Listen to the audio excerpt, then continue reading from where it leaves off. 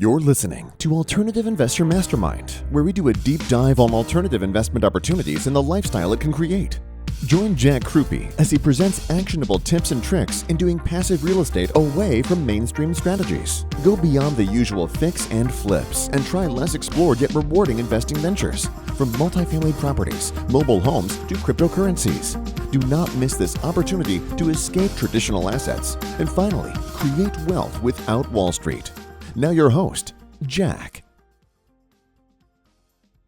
No discussions in the podcast are meant as an offer to sell or a solicitation for an offer to buy any security. All investments should be done after careful review and consideration of the investment documents and disclosures. Contents discussed in the podcast are not meant to be construed as an investment, tax, or legal advice. Individuals should always consult his or her own professional advisors before any investment decision. Hey, everybody. So this week's episode is actually part 2 of the great conversation I had with Kelly Winget.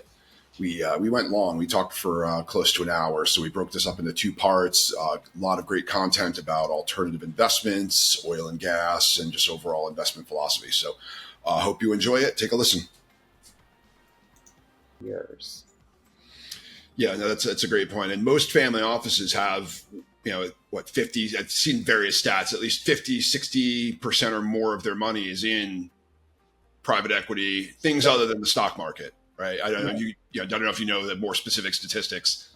It's closer to 90. So like if you look at the Yale endowment, which is one of the largest endowments, they in the last 30 years went from 90% in public equities and bonds to 90% in private equity and alternatives. Family offices are almost primarily in alternatives.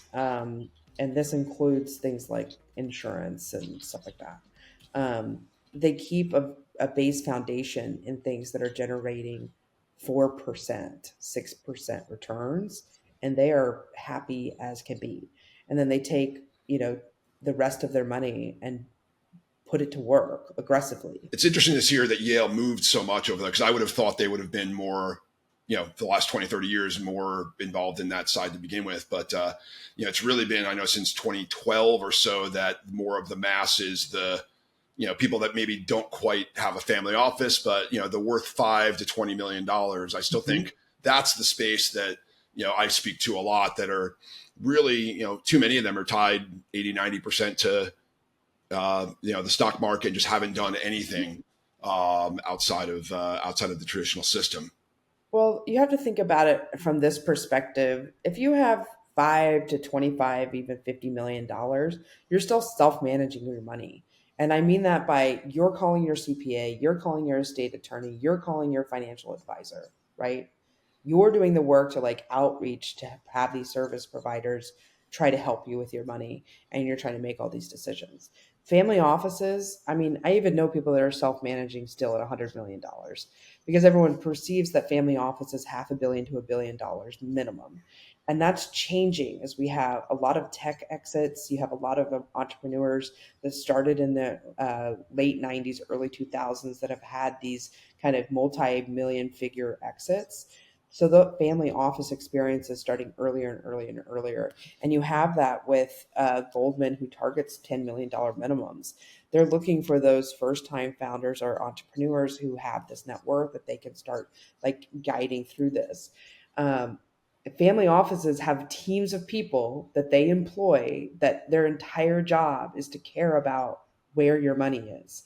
So that experience is very different, and why they can invest $1 million plus a year in operating expenses for their family office to generate multi-millions of dollars worth of returns on their money that's just sitting around. So I think that people just need to shift their mindset that it doesn't matter if you have $5 million or $50 million and it's sitting in a business or whatever.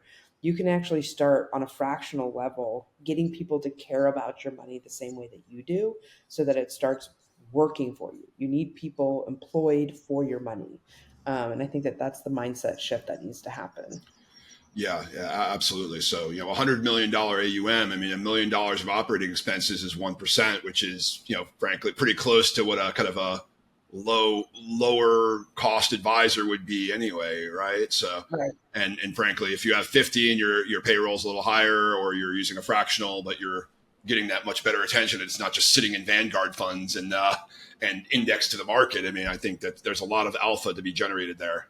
Yeah. And I think that the fear around like writing a six-figure check, because most alternatives, any type of private placement is going to require you to write somewhere between, at the low end, a $50,000 check, and on the high end, somewhere between 250 and $500,000. Like my energy fund minimum is 100,000. My first fund was 100,000. Now we're in fund two, and my minimum is 250,000. So it can be a sticker shock to somebody that has, a $5 to $10 million net worth, but you're getting diversified across multiple assets so that you're not having to go out and write 10 checks of $50 to $100,000 to get the same diversification you're getting in a diversified fund that's actively managed. And you have this money sitting around. Like most people who have worked for 30 years have six figures, multiple six figures sitting in a retirement account doing nothing, right? That's why there's a billion self-directed IRA custodians out there. They're all there to help give you a tool to start diversifying that money into other stuff: real estate, alts, private equity, hedge funds, venture, whatever. There's avenues for you to use money that you don't necessarily need today or the next 10 years that you can take a little bit more risk with, while the rest of your portfolio sits in traditional assets. That's the reason for diversification.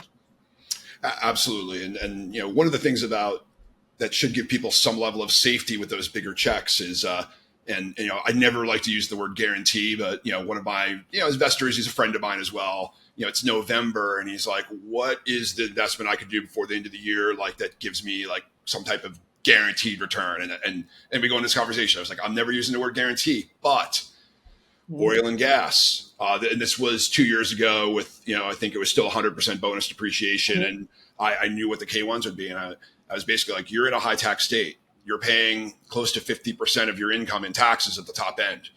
I was like, if you write $100,000 check, you'll probably save 40,000 on your taxes, roughly, give or take, depending on the K1. That is the closest thing to a guarantee you're going to get. And that's one of the powerful things of the alternatives on these tax plays, where just moving out of the traditional system, just working with someone who knows all the niches and the loopholes and these options. I mean, that's a major savings right there. That's 2 years of S&P, 3 years of S&P returns just right there, or pays management fees for 10 years potentially. Yeah. Yes. And I think that people don't think about taxes enough. And most people don't think it's very exciting, but I do. And, we try to target a 30 to 40% tax advantage return for investors just right off the top, right? That's through active tax deductions. That's through active tax credits in our renewable projects, because we're direct owners in these things. So we're able to pass through active credits, which are even more interesting than the active losses, right? And then we mitigate and tax harvest inside of the fund, so that even if there's losses, there's always going to be losses. Even if there are losses at the fund level, the investor isn't experiencing that directly. Instead, it's offsetting the income of the fund. So when we do have returns, we get to have those harvest losses that offset them. You're paying less taxes on the dividends. The other piece of this is being able to invest into alternatives using charitable deductions. So using a DAF or just a direct charitable contribution to invest in funds like this. Most people don't understand that they could do that. It doesn't necessarily give them any type of return directly, right? But if they have a cause they care about, that's where the returns are going to further fuel their contribution to a cause they care about. Then they get the tax deduction in that year, or to carry it forward as another loss, right? You're going to make the deduction anyways. You like your church, you like your nonprofit in your community, whatever. You're going to make that. Why not do more, right? Get a larger tax incentive. It gets invested so it can continue to support the cause you care about. And you don't write a big old check to the government, which, who knows what anyone does with that money. So I always believe that if you can make a tax advantaged investment, and that investment is going towards making the world a better place in whatever way that is, that's where the tax dollars are going directly. And I think that people should be more focused on, can you invest better because if not, you're just going to be writing a blank check to the government every single year for the rest of your life Yeah, with zero return. There's zero return to that. absolutely. Really interesting. This will probably be out in a couple of weeks, so it'll certainly be out well before the election. But as we record this, it's late August. We probably have an interest rate drop coming. We've got a big election coming. If you want to pull out your crystal ball, or more, I guess the better way to phrase it is just sort of how is all this uncertainty right now kind of affecting your strategy and where you may allocate, where you may make recommendations, where the fund may go in the next 6 to 12 months?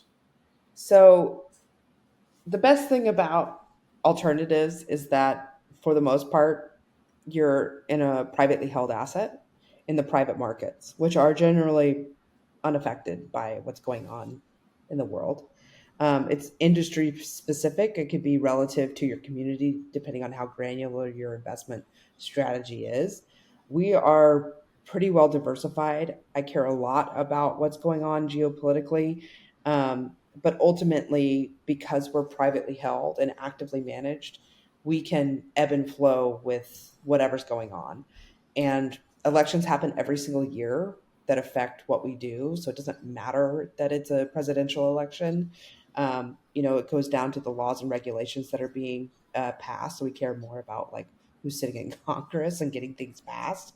And if it continues to be, a stalemate forever, then, we can continue about our business. Again, we're in the private space, so we can kind of navigate however we want to de-risk. And I don't really care who's in office. Yeah, no, I think I definitely agree with that.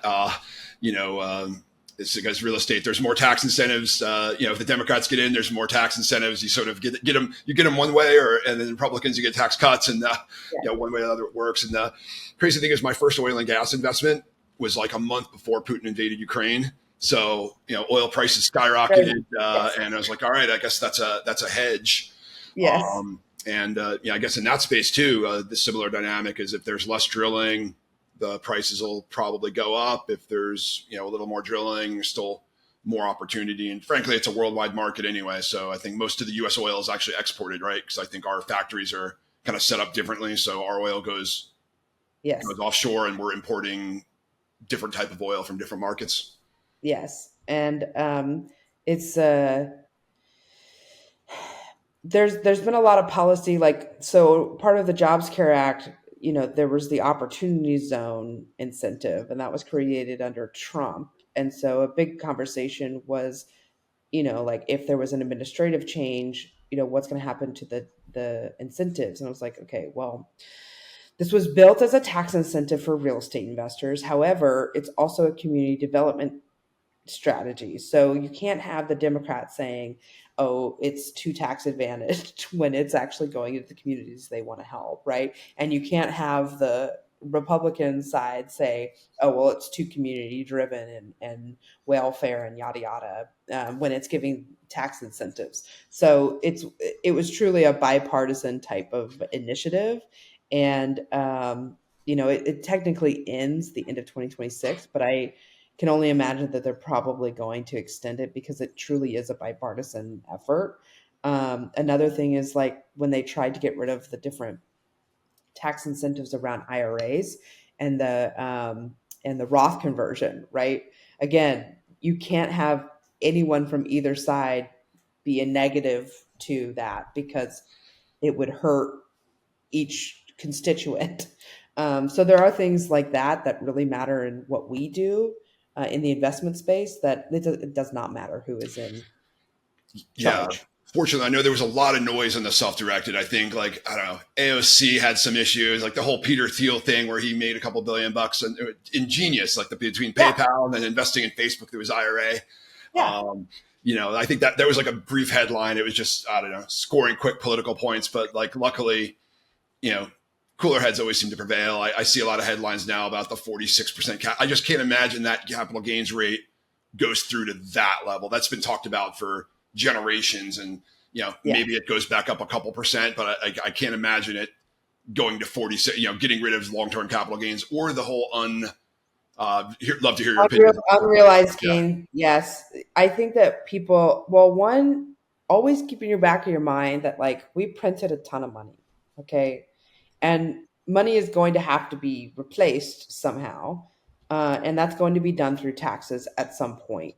There's not a world that we will live in, any alternative universe where we're going to pay less taxes in 10 years. Um, I think that people need to think about how do you tax mitigate early and often so that you have more tax-free wealth later, right? Either for yourself or for your next generation. And so people need to start thinking about this. The state tax exemption is changing at the end of 2025 from 13 million to 5 million. That's going to affect a ton of people because if you had a $10 million net worth, now you're exposed to estate tax. And you know who's going to be really, really busy and not have the time for you next year? Your estate attorneys and CPAs. So these are things that you need to start thinking about now because when 2025 happens, you're not going to be able to get an appointment with these people to do something. It'll be too late. People need to start thinking about their investments in a more proactive way instead of reacting all the time to everything that's going on. Stop waiting around because it's an election year. It doesn't matter. There are things that are happening anyways. Absolutely. We're in so much agreement about pretty much everything here. We did touch on the self-directed just at a high level. Is that something you get involved with as well? Like with the, clients that are active business owners, solo 401ks, defined benefits, whether directly or just through kind of consulting and then referrals? Sure. So I'm not an advisor. I'm completely biased to everything that I do. And I did that on purpose because I really like the space that I invest in, and I did not want to ever be, um, you know, kept from being able to talk about all these different strategies in a really open way. I work with a lot of different custodians because it doesn't matter. Ultimately, I think you should just find the cheapest one out there because all they do is a cheapest one that provides good service because all they do is send you a tax document and wire money somewhere. That's it. They don't do anything else. They can't advise you on anything. They can't there's no other services they can provide except for education and a tax document. So we work with a couple different custodians, but we like to think through these things in regards to either self-employed people who aren't taking advantage of using retirement funds or people who have switched jobs a lot or had a large career change that we can talk to them about make sure that you're moving your money over because if it just stays over there, it's going to be abandoned. There's $2 trillion in abandoned 401k money in IRA. 2 trillion, like with a T, just sitting around somewhere. Yeah, that's a lot. That was one of the things that came up during COVID, especially is like when a lot of people were changing jobs. I think a significant amount was unlocked along with all the kind of boomers who retired maybe a little earlier. I just went to a seminar recently that John Hire is a buddy of mine. Both of us are down in Puerto Rico, and really opened my eyes. I'd sort of just as an entrepreneur and kind of needing my cash liquid, really didn't focus enough on the retirement accounts. But he really opened my eyes to some of the solo 401k strategies over just the self-directed, and how a solo 401, especially with a Roth component, is safer in many ways. For even if you accidentally do some type of prohibited transaction, the penalties are so much less in a solo 401. And you mentioned you don't need to really be an entrepreneur. If you change jobs but have like an eBay business, you could start a separate company and roll your entire prior 401 into a solo 401. And then there's all these strategic things on how to convert it to Roth 401, including getting appraisals. So like if someone makes an investment with you or I and then gets an appraisal on it, there's typically a big liquidity discount. So if you move 100 grand in because it's tied up for 5 years, an appraisal may say it's really only worth 50 if you had to sell it today. And then you could actually minimize your tax, and you can eventually, it's still worth 100. It's still probably going to produce 200 or 300 or whatever the returns are over 5 to 10 years. But it's super powerful tax mitigating strategies that really goes to your point of planning for the next 5 or 10 years and getting as much money as possible into tax deferred or better yet, just no tax in the future type assets like like the Roth components. Right. And I think that people think that they can't have more than one, right? And it's just about your maximum contributions. So you can max out your employee sponsored account, right? If they have a matching program. But if you still have, $5,000 or $6,000 left over from your contribution limits, put it into a self-directed account so that you can invest in other stuff, because you have this like free money situation going on at work, and then you can, further that in a different asset class. And it doesn't mean that you have to go and invest in something crazy, but you can do promissory notes. You can do, real estate. You can buy real estate with your 401k or your IRA. You can invest in private equity funds, hedge funds, venture funds, just direct investments into startups. You can do all sorts of stuff. And you can do that with like a small piece that isn't necessarily employee sponsored. Yeah, absolutely. And I know for the self-employed, there's a mega Roth component through that solo for one. I think you could put up to roughly $90,000 a year between the standard IRA and then doing a voluntary additional. It's close to six figures. Very, very powerful. Yeah, there's a lot of crazy things you can do with your retirement strategy. And it requires somebody that like can think outside of the box. It's not necessarily like, oh, fire your CPA tomorrow or your advisor tomorrow. It's about finding people who are able to work with those professionals to maximize your strategy. And that involves people that, don't have to necessarily follow a price sheet or a product line of, whatever is holding their license, whatever broker dealer institution is saying sell this or sell that. Exactly. Tons of great content here. What are the top kind of 2 or 3 tips that just come to mind? I mean, you have a lot of conversations with a lot of investors. Like, what are some trends or things you tend to keep saying over and over again as you're talking to investors? Always think about tax first, not later. Probably don't get overwhelmed with analysis paralysis. Like, there's a reason why you're partnering with somebody who does this as their job, so that you can do your job every day. It definitely takes a special kind of person to be a professional investor, and it's not for everybody, and that's okay. And I think that it's, decide on a strategy, commit to that strategy, and don't try to move things around a lot. Investments take time. If you're ever going to see any type of real return, it's going to come from like a slow and steady investment strategy instead of like constantly trying to find yield, because you will lose money moving from asset to asset to asset every 2 to 3 years. Great stuff. I've taken a bunch of notes as well. Just a lot of great content, and would love to. I think we should do this again sometime. We're having a great. We're definitely on the same page, and look forward to hopefully collaborating in the future. Tell everyone how to get a hold of you between company sites, social media, etc.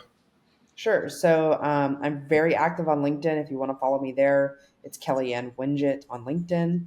If you want to visit our website, it's alternativewealthpartners.com. And then obviously the social medias are Kellyanne Winget or Alternative Wealth Partners. Great. And we'll put those all in the show notes as well. So Kelly, thank you so much. Great conversation. And hopefully we can do it again sometime. Thank you for having me. That's all for this episode of Alternative Investor Mastermind. Now that you know the many alternative opportunities out there all up for the taking, you can finally become ultra connected and ultra wealthy. Get more valuable advice from the experts by subscribing to the show at alternativeinvestormastermind.com. Become a winner in the world of passive investing today in alternative investment strategies. Thank you for joining us. Until next time.